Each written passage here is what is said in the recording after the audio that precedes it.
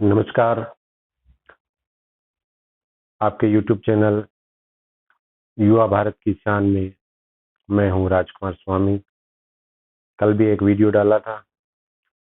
उम्मीद करता हूं कि बहुत अच्छा लगा होगा। मेरा जो चैनल है, मैंने किसी भी ना तो मैं किसी के ऐड के लिए मैं कर रहा हूं। मेरा जो चैनल है, मेरी एक ही आपसे गुजारिश है कि अगर वीडियो आपको अच्छा लगे तो आप चैनल को सब्सक्राइब जरूर करें।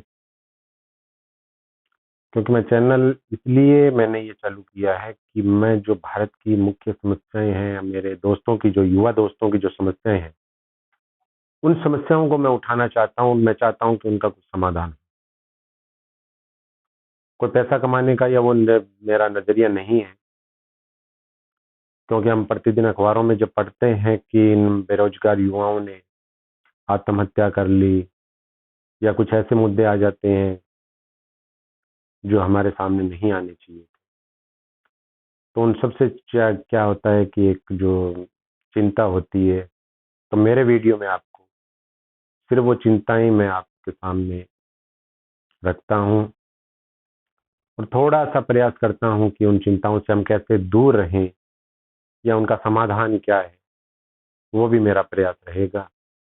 इसलिए मैं बहुत से लोगों से मैं जुड़ना चाहता हूं और हमारी सरकारों तक ये आवाज पहुंचाना चाहता हूं कि वो अगर देश के भविष्य के लिए वो आगे क्या कर रही है, अगर युवाओं के लिए वो कुछ ऐसे प्रोग्राम बनाती है तो बहुत ही अच्छा लगेगा, युवाओं के काम आएगा। तो दोस्तों, कल हिजाब के विवाद पे जो मेरा वीडियो था, लोगों ने बहुत पसंद भी किया था। आज एक ऐसी समस्या है जिस पे बहुत ही व्यापक स्तर पर बहस होने की पूरे देश में जरूरत है। और इस समस्या के बारे में हमारे महात्मा गांधी जी ने कहा था कि यह समस्याओं की समस्या है, मतलब बेरोजगारी। आज देश के सामने जितनी चिंता हमें भारत पाकिस्तान से जितना खतरा नहीं है, उससे ज्यादा हमें बेरोजगारी, देश के युवाओं की जो अभी मानसिकता चेंज हो रही है, या उनके जो देश में सबसे बड़ा कारण अपराध बढ़ने का है, या हमारी जो संस्कृति पे प्रहार हो रहे हैं, हमारी सोच बदल रही है युवाओं की, तो उसका सबसे बड़ा कारण है बेरोजगारी। आप प्रतिदिन आप देख रहे होंगे कि मुकदमों की संख्या बढ़ती जा रही है, अपराधों की संख्या बढ़ती जा रही है और ऐसे ऐसे घिनौने अपराध हो रहे हैं। और उसमें कौन शामिल है? देश का युवा वर्ग। अब युवा वर्ग को भी थोड़ा ये सचेत रहना पड़ेगा और अभिभावकों की सबसे ज्यादा बड़ी जिम्मेदारी हो जाती है कि हम अपने बच्चों को यानी अपराधी अपराधीकरण से कैसे उसको हम रोक सकते हैं। और बेरोजगारी समस्या है, लेकिन यह भी एक है, प्रवृत्ति बन गई है कि हमें सरकारी रोजगार चाहिए। तो सबसे पहले तो मैं एक बात क्लियर कर देता हूं कि बेरोजगारी और सरकारी रोजगार का कोई संबंध नहीं। सभी लोगों को सरकारी रोजगार नहीं मिल सकते। बेरोजगारी की परिभाषा वही है कि आपके पास में ऐसा कुछ होना चाहिए कि जिससे आप अपने परिवार को सुचारू रूप से चला सकें। तो भारत के अंदर मैं बेरोजगारी की जो मुख्य चीजें मैं मानता हूं, तो सबसे बड़ा कारण है जनसंख्या की वृद्धि। जनसंख्या का विस्फोट इतना होता जा रहा है कि हमारे संसाधन कम है और जनसंख्या निरंतर बढ़ती जा रही है। हम आने वाले 10 साल में लगता है हम चीन को भी पीछे छोड़ देंगे, एक नंबर पे आ जाएंगे। ये सबसे बड़ा कारण है, क्योंकि संसाधन कितने भी हैं, एक परिवार के अंदर अगर 3 कमरे हैं और उसमें 8 लोग 9 लोग अगर सदस्य हैं उसके, तो ये स्वाभाविक रूप से है कि उस परिवार की स्थिति जो है गड़बड़ होगी।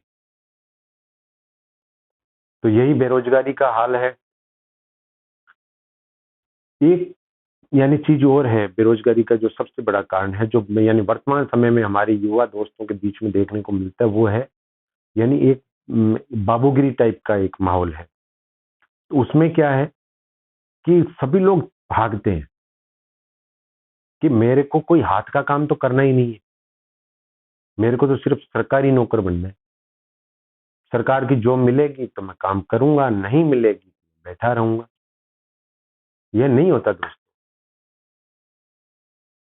सरकारी जॉब यानी कोई महत्वपूर्ण नहीं है कि हम सरकारी जॉब मिलेगी तो हम रोजगार करेंगे। हाथ का हुनर इंसान का सबसे बड़ा काम होता है। अगर किसी इंसान के साथ हाथ का हुनर है तो वो कभी भी, मैं कह रहा हूं कि वो इस लाइफ के अंदर फेल नहीं हो सकता। सरकारी नौकरी वाले को दूर बैठाएगा अगर आपके पास हाथ का हुनर है तो। यानी बेरोजगारी को लेकर के हम लोग ऐसे सिस्टम में चले गए हैं। और एक इसका जो सबसे महत्वपूर्ण और जो कारण है वो है शिक्षा प्रणाली। आप पहली क्लास से पढ़ते हैं,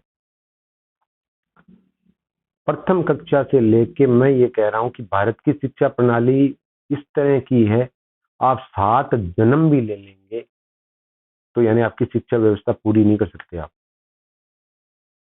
यानी बहुत से ऐसे हैं, हम यानी पाषाण काल से हमारे को पढ़ाना चालू होते हैं। पाषाण काल में क्या होता था, उसके बाद में क्रांतियां आ जाती है, आजादी का आंदोलन आ जाता है, फिर उसके ऊपर हम यानी पीएचडी करते रहते हैं। लेकिन ये पढ़ते पढ़ते पढ़ते हमें ये नहीं पता होता कि हमें एक्चुअल में रोजगार कहाँ से मिलेगा। पढ़ाई तो बहुत कर ली हम इन चीजों। मैं ये भी नहीं कहता हूँ कि हमें हमारी देश की संस्कृति और देश का इतिहास नहीं पढ़ना चाहिए, बिल्कुल पढ़ना चाहिए। हमें पता होना चाहिए कि हम जिस देश में रह रहे हैं उसका इतिहास क्या है। हमारे परिवारों का भी इतिहास होता है तो देश का इतिहास भी पढ़ना बहुत जरूरी है। लेकिन ये जो शिक्षा प्रणाली है ये रोजगार की तरफ नहीं लेके जाती। दूसरे देशों से आज अगर हम करेंगे इसका, जापान जैसे छोटे छोटे देश है जो एक यानी भारत का तो एक वो छोटा सा टुकड़ा ही मान सकते हैं अपने जापान को या कोरिया को। तो ऐसे देशों के अंदर जो शिक्षा प्रणाली का अगर हम अध्ययन करेंगे तो वो शिक्षा प्रणाली बहुत ही अच्छी शिक्षा प्रणाली है वहाँ पे। तो ये कारण इसके लिए हमें करना होगा। और सबसे ज्यादा सुधार इस शिक्षा प्रणाली में करना होगा। पहला मैंने कारण जो बताया, जनसंख्या वृद्धि भी तब भी कम होगी जब हम शिक्षा प्रणाली में सुधार करेंगे, क्योंकि अनपढ़ आदमी जो होगा वो कुछ नहीं कर सकता। जैसे जैसे शिक्षा व्यवस्था में सुधार होगा देश का सिस्टम पूरा सुधरता जाएगा। और शिक्षा प्रणाली ये होनी चाहिए कि आप एक नियमित कर दीजिए कि आप जैसे यानी एक संख्या तक 20 क्लास तक आप ये करना है, देश का इतिहास पढ़ना है, बच्चे को ये सिखाना है, संस्कृति के बारे में सिखाना है तो वो जरूर सिखाइए। लेकिन एक क्लास उसके बाद में एक ऐसा सिस्टम होना चाहिए कि भैया ठीक है, कक्षा 8वीं 9वीं में बच्चा हो गया है तो 8वीं 9वीं के बाद में चलो इस बच्चे का जीवन स्तर कैसे सुधरेगा उसके लिए हमें उस शिक्षा प्रणाली में सुधार करने की बहुत बड़ी जरूरत है। उसके लिए हमें ऐसा करना पड़ेगा कि अगर यानी एक ही स्कूल के अंदर ऐसे 4-5 सिस्टम होने चाहिए जो कि इस बच्चे की इसमें क्योंकि बच्चे का क्यों होता है, बचपन में उसकी रुचियां होने लग जाती है कि या तो वो यानी मोबाइल की, आजकल जैसे आपने एक एग्जांपल देता हूँ मैं मोबाइल का उदाहरण। तो एक बच्चा जो पे ज़्यादा ध्यान देता है तो उसको 7वीं 8वीं कक्षा के बाद में ऐसा किया जाए उसके साथ कि उसको मोबाइल की ऐसी कोई डिवाइस बनाना या मोबाइल चलाना ऐसा कुछ सिखाया जाए, किसी बच्चे का कंप्यूटर पे है तो उसको कंप्यूटर के बारे में ज्ञान दिया जाए।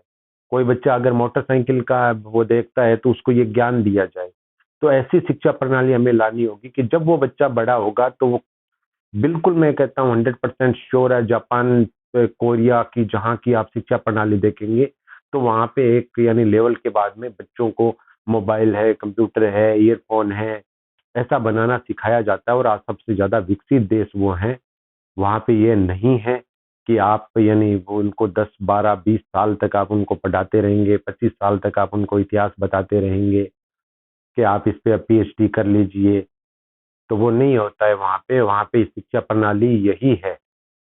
और अगर हमारे हुक्मरान, हमारी सरकारें अगर सुन रही होगी, अगर जहाँ तक ये अगर मेरा वीडियो मैं कहता हूँ बहुत ज़्यादा आप लोग अगर आशीर्वाद देंगे तो हम एक ऐसा देश यानी बनाएंगे जिसमें ऐसी व्यवस्था होगी कि यानी 8वीं 10वीं के बाद में बच्चे के भविष्य का निर्माण चालू हो जाएगा। ऐसी शिक्षा प्रणाली हमें चाहिए, तब जाके ये समस्या जो है वो सबसे ज़्यादा खतरनाक जो समस्या है, जिन पे आज हमें बहस करने की जरूरत है, तो इस समस्या का समाधान तभी निश्चित हो सकता है।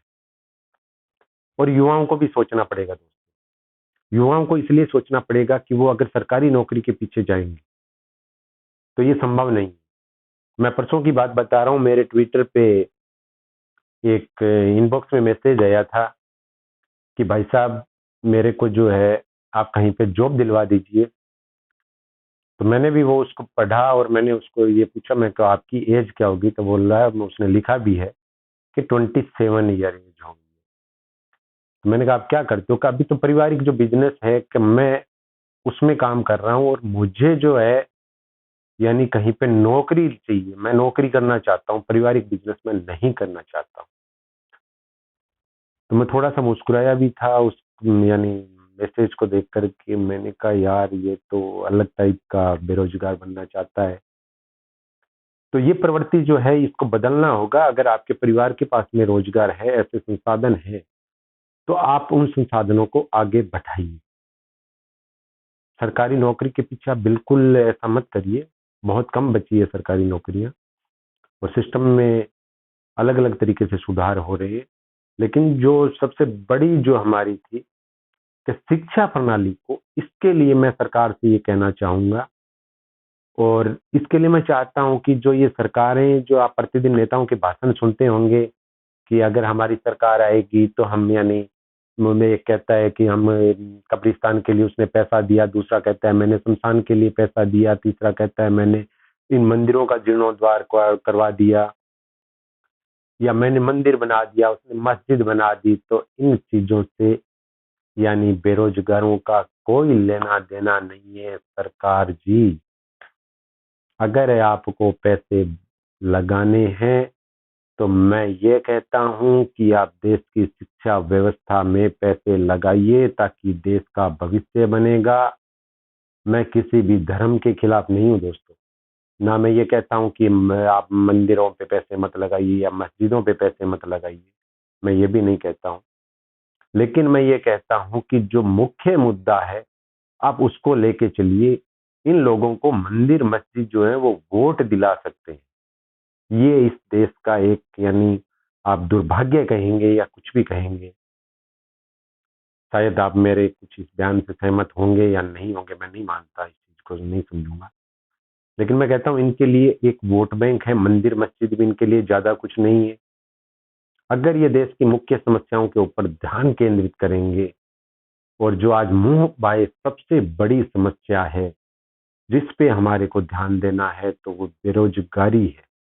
आज अखबार का दोस्तों ऐसा कोई पन्ना नहीं आता जिसमें ऐसी खबरें नहीं आती। अभी परसों ही गृह राज्य मंत्री बयान दे रहे थे कि 2018 से 2020 के बीच में 25,000 युवाओं ने बेरोजगारी से तंग आकर के आत्महत्या कर ली। तो अब मंदिर मस्जिद जरूरी है या इस समस्या का समाधान जरूरी है?